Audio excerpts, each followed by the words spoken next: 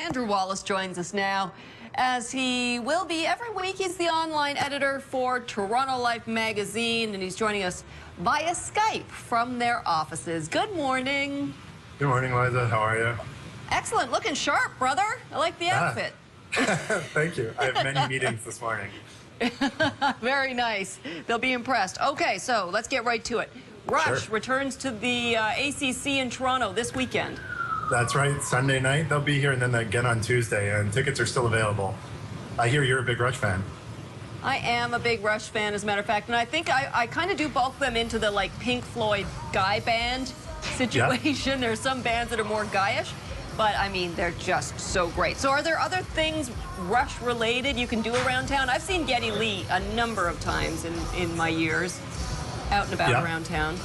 Yeah, I've got a spot for you. I think you should go to the Orbit Room on College Street in Little Italy. It's actually owned in part by the lead guitarist of Rush, who I also understand you're a big fan of. And it's a small kind of, you walk upstairs, they play live music. There's funk, there's reggae, there's R&B, all types of stuff. It's styled in the 1950s New York cocktail lounge. So if you want to really have that Toronto Rush experience, I say go grab a cocktail at the Orbit Room, then head down to the ACC for the show. All right, very good. I like it. And then this is why I love Toronto Life, because the next thing that we're going to talk about, I didn't know about. It's the last chance to hit the Junction Flea Market. I didn't know there was a flea market there, and apparently it's one of the best in the city. Oh, absolutely. It really caught on this year. It takes place at the corner of Dundas and Keele in a dusty old lot. It's the kind of thing where you're going to see a lot of vintage shoppers, vintage vendors. For instance, one of my colleagues was there the other weekend, and she saw Leslie Feist buying some chairs. But from what I hear, the real joy of it is the people watching, and you got to go find this one mother-daughter vendor team. They're totally decked out in retro gear together. They look great, tons of fun, and that's sort of the vibe of the whole thing. You'll see all the kind of creative, strange, exciting people in the city out there, and you might find some weird antiques or some handmade crafts. That's fantastic. I wish I had known about this earlier. Now, the Junction is essentially where, for people who aren't familiar with that neighborhood? I guess you'd sort of say it's just northeast of the West End, so just a little bit past Roncesvalles. And the flea market itself is on the corner of Dundas and Keele.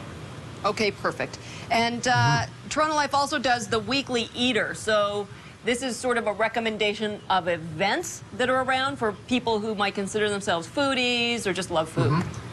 So well, I'm going to throw you a curveball here, because I talked to my food editor last night, late at night. We were on the phone trying to figure out what we should tell your people.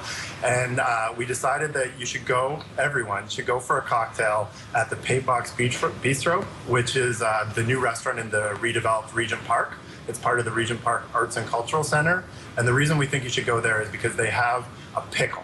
And that pickle is a cocktail in and of itself. It's gin soaked. And so rather than having your cocktail come to your table in a glass and drink it, you actually eat this crunchy dill pickle. And it's completely same as a normal drink, just covered in gin. So it'll come to your table on a plate as opposed to a glass. I love it. What's it called again? The Paint Box? The Paint Box Bistro. The Paint Box Bistro in Regent Park. All right, I'm putting that on the list for sure.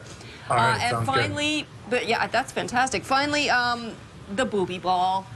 That's happening this weekend, and it's a fundraiser for cancer research, breast cancer specifically.